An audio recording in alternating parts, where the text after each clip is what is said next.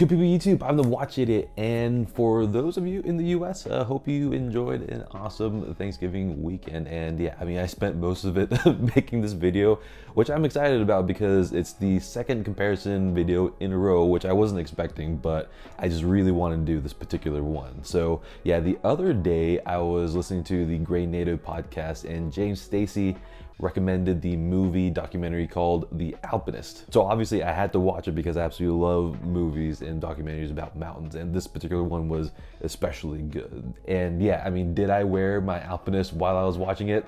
Yeah, of course I did. I mean, how could I possibly not do that? But yeah, I mean, that got me thinking, you know, a lot about this sort of, you know, time only classic sports watch kind of deal. So for today's comparison, we have the good old classic Seiko Alpinist SARB017 against the new edition, the Saint Martin SN021G, which is an interesting pair because, you know, while they both have deep roots in alpinism, I mean, well, not technically the Saint Martin itself, but the idea of that watch itself. I mean, you get what I'm saying. But yeah, they both go about that idea in very different ways. And also, just a heads up, just like last time, I mean, AliExpress reached out to me and I chose this Saint Martin to be sent to me a while back, and I don't have to send it back. And also, if you do want to get the watch or any other watch from them, I have links down below in the description, and also a $10 discount code as well. That's valid until the 30th of November, which isn't really that far away,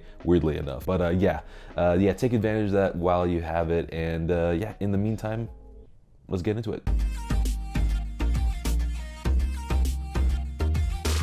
So the dial in hand section is a big one, and I'm giving the Alpinist a 9 and the Saint Martin a 7.5. So the Alpinist dial is just so special, and in my opinion, the dial and the handset are what makes this Alpinist the Alpinist. I mean, the green sunburst dial is awesome. The color changes in different lights, and the cathedral hands and indices are gilt. You know, usually I'm not a big fan of that, but for some reason it just works so well over here. Also, a nice plus point is that it has a compass feature, which adds yet another layer of visual interest and utility. So the Saint Martin has a very solid dial for sure, which is why I got a 7.5. But in the end, it is a very simple matte black dial with simple indices, with a common handset. The final 0.5 comes in from the applied logo, which is spectacularly finished, and yeah, it's awesome. You know, and that being said, you know, while the dial is quite simple, it accomplishes what it sets out to do, you know, perfectly. Because for me, I love this 369 dial layout, and the fact that it's crisp white and not photinaed makes it that much better and helps the overall modern feel of the watch. And finally, the lume on the Alpinist is lacking. You know, it's only on the hands, just little dots around everywhere else. But, you know, the lume is bloomy bright, so it is super crisp. And the Saint Martin, on the other hand, has BGW9 as far as I know, and it's very well applied, and it's bright and very not splotchy at all, so, you know, well done on that end. So onwards to the case, and I gave the Alpinist a 9 and the Saint Martin gets an 8. So honestly, the Alpinist has one of my absolute favorite cases on any watch, and that's because it's got pretty much the perfect combination of size, visual interest, finishing, comfort, and obviously the proportions are pretty much spot on.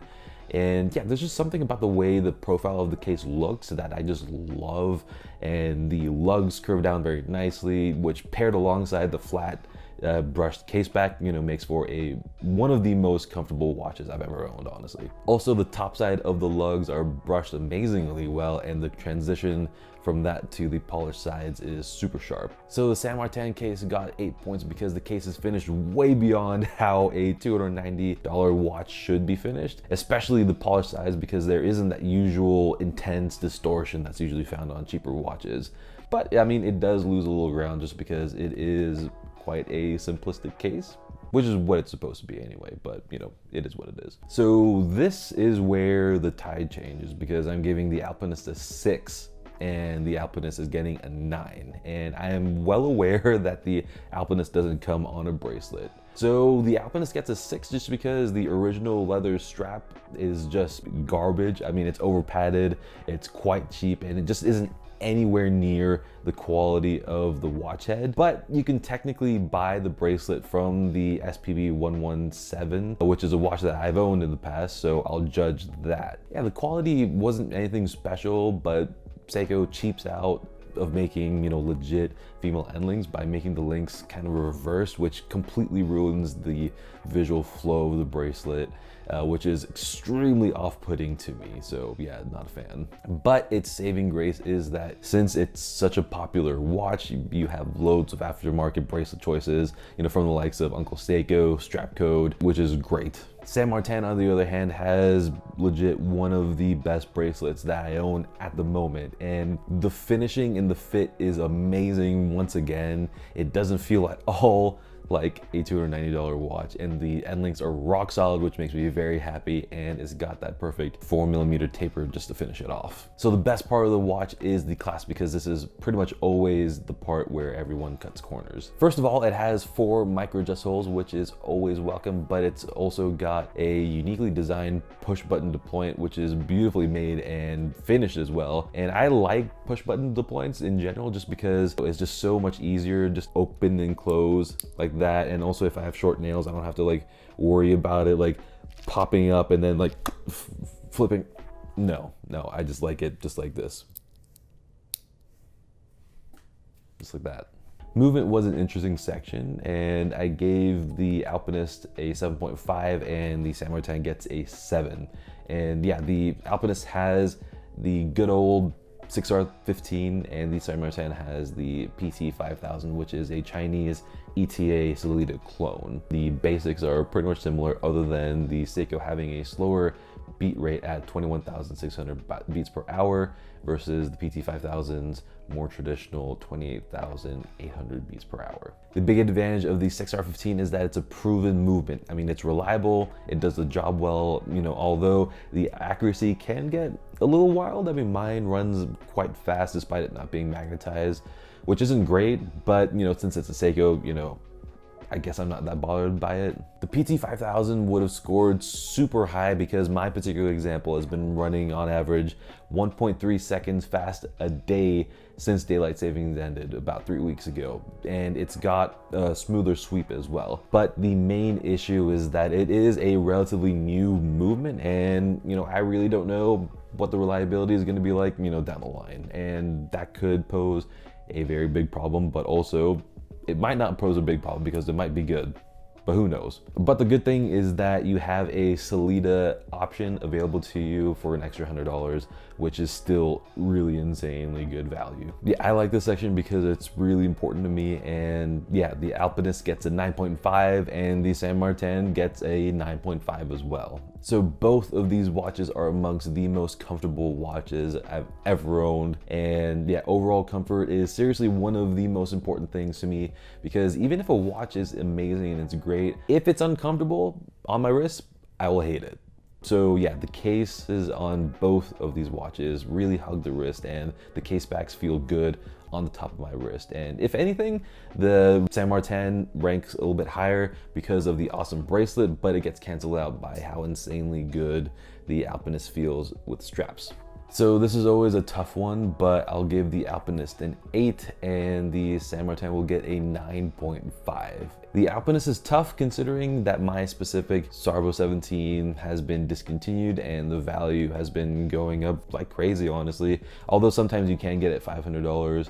Most of them are going to be much more than that. So I based the score off of the sticker price here just so I can stay consistent with the, you know, sticker price of the Saint Martin. So I think that this was the end of the age of, you know, good Seiko value with the classic Seiko cost cutting. I mean, the value is high just because the watch head itself is pretty amazing, but the strap is absolute trash. But, you know, my rationale was that, you know, I'd rather have Seiko spend money on their watch head instead of their strap, because I would just change the strap anyway, so it would have just been a waste of money anyway. So then the price was justified for a high quality watch head with crazy amounts of character from a brand like Seiko. The San Martin, on the other hand, gets a 9.5 just because I have no idea what a 10-point value watch would even be. So I don't think I could possibly ask for anything more from this watch, especially at its $290 price tag. I mean, it's just insane that they offer, you know, such a well-made and well-finished watch that is at this price. I mean, it still amazes me, honestly. Yeah, neither did too well over here because they're both getting 3 points, but for very different reasons. So the Alpinist in the end is a green dial with gold hands and indices. I mean, just because of that, it's not gonna work with that many straps, all things considered, but it is gonna look good on neutral colors like gray, tan, things like that. So you have a lot of options at that point. The San Martin, on the other hand, really should have had 5 points just because it's a simple black dial with white indices. But the problem here is that the spring bar is placed really super close to the case, so you can't use normal straps unless they have curved ends. But, you know, the good thing is that if you do spend some spring bars, you can use NATO straps with it. So, you know, not all is lost over here. So for this one, I'm gonna give the Alpinist a 4 and the San Martin a 2.5. The Alpinist scores high because the moment you see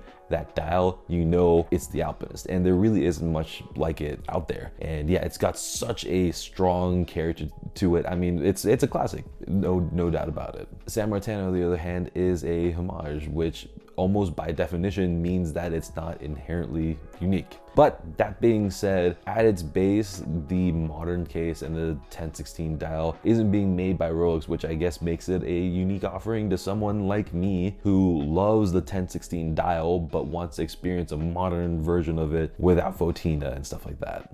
So the TWI Happy Index, and this one, the Alpinist is getting a 4.5 and the San Martin is getting a 4. So yeah, I mean, I've said this before, the Alpinist is in my core keeper collection mainly because of how happy it makes me. I mean, every single time I look at it, it makes me smile because it's a seemingly random set of elements that come together to embody the word Alpinist. I mean, it's awesome.